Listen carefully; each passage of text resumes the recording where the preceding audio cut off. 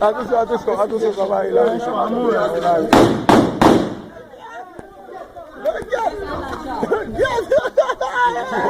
déchargé.